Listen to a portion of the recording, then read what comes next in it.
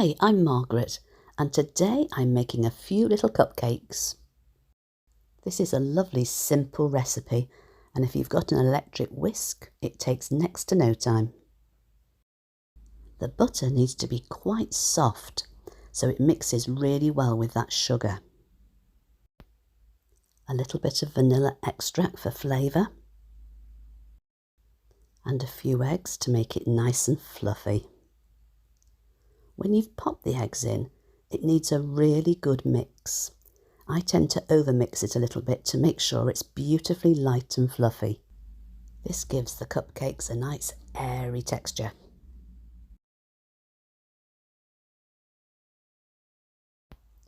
There, that should be about it. It's a good idea to scrape down the edges too, to make sure that none of the mixture is left out. Now, even though I'm using self-raising flour, which has got baking powder in it, I like to add an extra teaspoon, just to give it that extra rise. Now I'm adding a handful of extra flour today.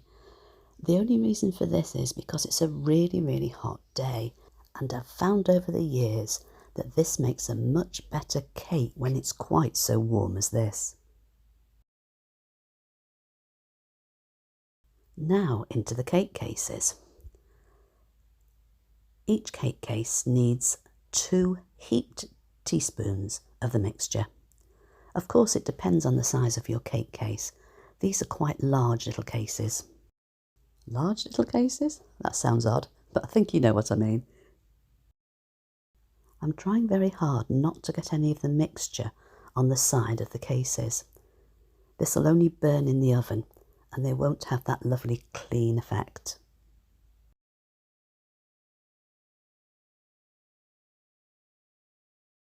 They will need to cool completely before they're decorated.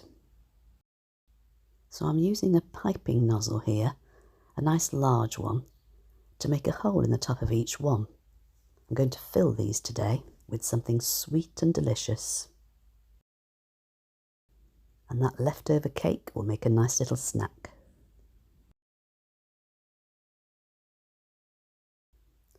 I've got some homemade caramel here.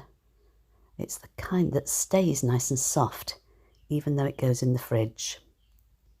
I'll put the recipe down below with the cupcake recipe, so you can try it yourself if you want. Just a little bit in each one. Next, a swirl of buttercream.